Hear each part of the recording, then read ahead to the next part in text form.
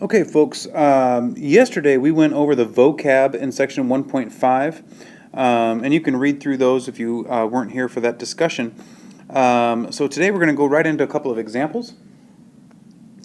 And so we're first going to look here, and we want to use the diagram at the right and say, is our statement true? So we're looking for angle BFD and angle CFD. So the first thing I'm going to do is just identify those two angles. So angle BFD, so that is this angle here, and then angle CFD. Well, there's C, F, and D, so we're talking about this angle here. Now, they want to know, are those two angles adjacent angles? Now, the definition of adjacent angles is that they share the same vertex. Sure enough, they both have point F. They share a side. Well, with these two angles, they both share side, or the ray FD, and that there's no common interior points. There's the problem. All the interior of the blue angle is here. All these points, everything in there is the interior of the blue angle, angle CFD. But the interior of the red angle, angle BFD, also has those points involved. And so think of it as these angles overlap. I have one angle, let's say like that. If I have another angle overlapping it, then they are no longer adjacent angles. They have a shared space that is in the interior of both of them. So we can't have that. So the answer to A is no, they're not adjacent angles. All right, let me erase my work here. And let's talk about angle AFB. So AFB, this angle here, and angle EFD. EFD is this angle here. And we want to know, are those vertical angles? Well, they might look, because they're opposite each other, they're opposite angles like that, so you might think they're vertical angles, but actually they're not, because vertical angles are formed when two lines intersect. So if I have two lines that intersect like this, then I know that this angle here and this angle here are vertical angles. I would furthermore know that this angle here and this angle there are vertical angles. So that's what makes vertical angles. And again, our two angles up here, the red and the blue, look like they might be vertical angles until you look real close. This is a line. This is line AD, or there's multiple ways of naming it, but line AD, yes, that is a line, so we're good. If we go here, line BF, oops, line BF does not make that turn like that angle EFD does. So we do not have a pair of vertical angles. Okay? Because these angles are not formed by two straight lines. We have a straight line, and then we got a couple of rays that don't form a straight line. So not vertical angles. And lastly, we have angle AFE. So AFE, this angle here, and angle BFC. So BFC, this angle here. So those two angles, they say, are complementary. Well, complementary means that they add up to 90 degrees. And let's see here. Well, 62 degrees plus 28 degrees, sure enough, equals 90 degrees. So yes, these angles are complementary. Next, we want to talk about our concept summary, which is basically finding information on a diagram. So in geometry, there are some things that we can definitely say just by looking at a diagram that we know are true. And then there are some things that we cannot. Okay, and the key to these statements is that we're talking about unmarked diagrams. Meaning diagrams that don't have any congruency marks or anything else on them. It's just the lines, rays, and points. Okay, so if we have just a diagram with a bunch of lines, rays, and points, and things like that on there, we can say positively that we know adjacent angles. Okay, we can say that we know what are adjacent angles because we can look at them. We know the definition of adjacent angles, so we can say, yep, those are adjacent angles. We can also say that we have angles that are adjacent and supplementary. And the reason we can say that is because angles that are adjacent and supplementary, we had a vocab word we talked about that the other day, which is a linear pair. And in fact, you can see that at the bottom of my screen right now. Okay, a linear pair is a pair of adjacent angles and whose non-common sides are opposite rays, which means they form a straight angle. And you guys know that straight angles add up to 180 degrees, so that means they are supplementary. So we can identify linear pairs. We can identify angles that are vertical angles. Okay, we can identify vertical angles because we can look at our diagram and say, well, I've got a line here, I've got a line here, and so therefore I know that angle 1 and angle 2 are vertical angles. I can say that by looking at the diagram. Now, a few things that we cannot conclude when looking at an unmarked diagram. And again, we're talking about an unmarked diagram. So I cannot say anything about angles or segments being congruent.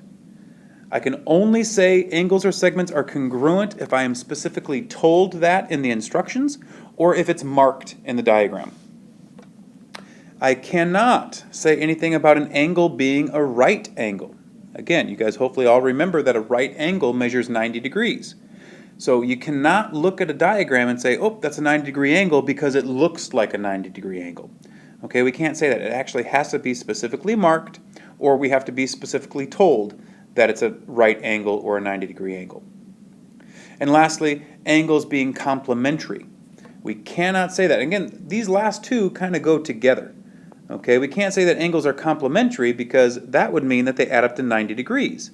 And so we can't say, well, that looks like a 90-degree angle, so it must be right, and therefore these two angles, angles 3 and angle 4, must be complementary.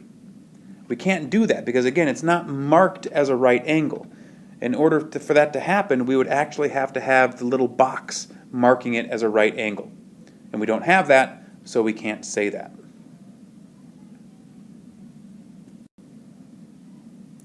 Okay, well, right next to this we have some examples here of just practicing what we can and cannot say in a diagram.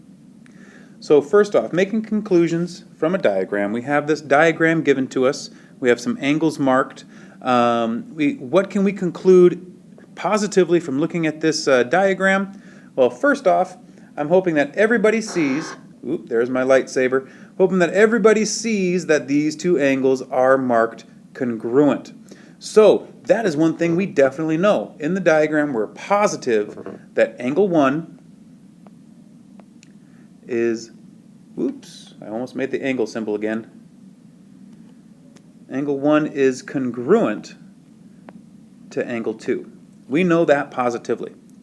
We also know by looking at our diagram, let's get my lightsaber out again, we know that angle 5 and angle 3 are vertical angles. They are formed by two intersecting straight lines. So angle 5 and angle 3 are vertical angles.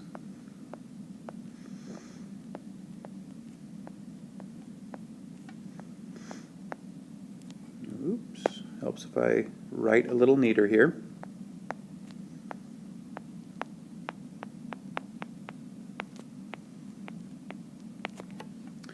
Okay, well, we know some other stuff.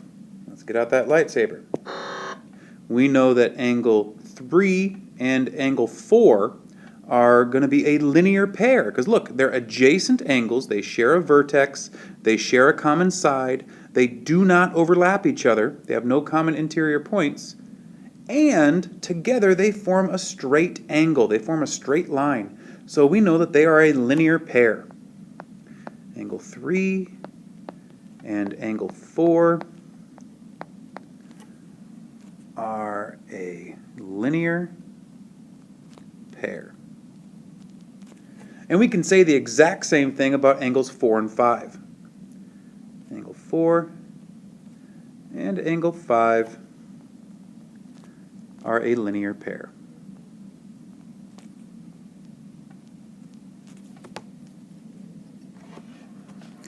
Now, in this diagram, if we were really trying to list everything that we could conclude, we could also talk about a whole bunch of adjacent angles. We know that angle 1 is adjacent to angle 2. We know that angle 2 is adjacent to angle 3. Angle 3 is adjacent to angle 4. Angle 4 is adjacent to angle 5. Angle 5, you get the idea. There are a lot of adjacent angles that we could talk about in this diagram, so I'm not going to list them all here.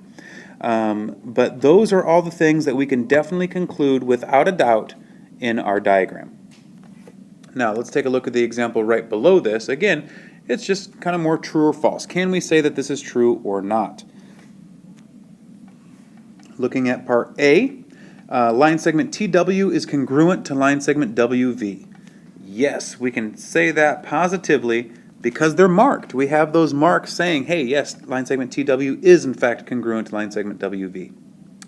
Let's see, how about line segment PW and line segment WQ? That one we cannot say. We can't say that because even though they look like, get that pointer out here, even though they look like they're going to be the same length, we actually can't say that they are for sure because there's no marking showing that they're the same length. We cannot just assume that they're the same length. We have angle TWQ. Angle TWQ, so there's T, there's W, there's Q. So we are talking about this angle here, angle TWQ. And they're saying it's a right angle. Well, I don't have it marked. I can't say it's a right angle unless they actually give me that little right angle symbol. If it was marked, we could say it's a right angle. But it is not marked, therefore I cannot say that I have a right angle. And lastly here it says that line segment TV bisects line segment PQ. Now here you've got to be careful. They are saying that line segment TV, this line segment here, is the one that is bisecting line segment PQ. Well, that one, nope, can't do it because that we would have to have this marked. Okay, we'd have to have that marked. We don't have it marked. So therefore, we do not know whether or not line segment TV bisects line segment PQ. But we can say that line segment PQ bisects line segment TV. If you flip that around, that is now a true statement because this is line segment PQ. And that one is definitely cutting line segment TV in half because we know that line segment TW is congruent to line segment WV. We know that positively. We could also say, if we were asked, we would know that point W is the midpoint of line segment TV. Is the midpoint, I'm going to abbreviate that, of line segment TV. We know that positively, again, because of those markings. Okay, one last thing on the front side of these notes that I want to talk about is right at the bottom here. It's the linear pair postulate. The linear pair postulate. And we've kind of talked about this already, but we've got to have a rule that's all about geometry. Geometry is all about rules. We have to have a rule that specifically says what we're working with. So, the linear pair postulate says if two angles form a linear pair, then they are supplementary.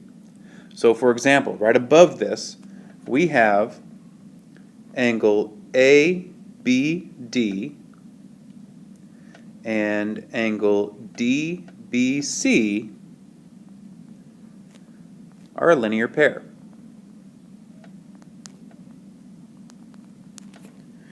We know that positively because we can see that together they form this straight line. line AC, or you could call that a straight angle, angle ABC.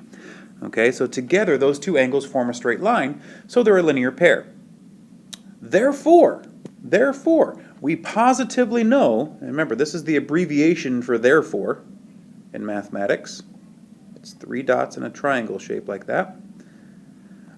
So therefore, we know that the measure of angle ABD plus the measure of angle DBC equals 180 degrees. Since we know they're a linear pair, we know that they're supplementary. All right, let's flip to the back side of our notes. On the back side of our notes, I would like to just work a couple of short problems for us real quick. So if we take a look right here at our first example, we know from what they tell us that angle KPL and angle JPL are a linear pair. So that right there, being a linear pair, tells us information, going back to the linear pair postulate. We know that linear pairs are supplementary. Therefore, we can say, without any doubt, that the measure of angle KPL plus the measure of angle JPL equals 180 degrees. Well, if that's true, then we can go ahead and plug in the expressions that we know for our two angles. So the measure of angle KPL is 2x plus 24 plus the measure of angle JPL is 4x plus 36, and that equals 180 degrees. Please remember, this is your equal sign over here. We only need to use our algebra skills to cross that equal sign. So in order to combine these like terms, I literally just need to add. 2x plus 4x is 6x. And to add these like terms, again, I just need to add them together. That's all they're asking me to do. So combining like terms, I have 24 plus 36, which gives me 60. That equals 180 degrees. Okay, so now I'm solving for x. So now I do need to cross that equal sign. And the first thing I need to do is I need to get rid of the plus 60. So I am going to subtract 60 from the left side to get rid of it. But in algebra, whatever I do to the left side of the equal sign, I have to do the same thing to the right side of the equal sign. So this cancels away, leaving me with simply a 6x, and that is now equal to 120 degrees. So 6 times x is 120 degrees, and I want to go ahead and get rid of the 6. So I need to divide both sides by 6. So x equals 20. Now I shouldn't have probably put the degrees on there because x isn't an angle. X is a value. Okay? So x equals 20. Now we have solved for x. To solve for our two angle measures, we need to plug back in. So therefore the measure of angle KPL is going to equal 2 times that value of x, 20, plus 24. So that's going to be 40 plus 24, which is 64 degrees. Now I do need the degree symbol there because we are talking about the measure of an angle, angle KPL. Okay, let's do our other angle. Our other angle, we're finding the measure of angle JPL. JPL, by the way, you could have named that differently. That could be angle LPJ. Okay, but that angle is 4 times 20 plus 36. And by the way, we could have found this differently. Since we know these two angles add up to 180, you could have simply said, well, that's going to take 180 minus 64. That's going to give me the measure of angle JPL. Okay, that's the same thing because they have to add up to 180. So that's another way you could do it. But let's see what we get here. We should get the same thing. So 4 times 20 is 80 plus 36, so therefore the measure of angle JPL equals 80 plus 36 is 116 degrees. And of course, that is exactly what we would have gotten had we simply taken 180 minus 64. The last example I want to do is actually on the bottom of your notes. I want you to look right here.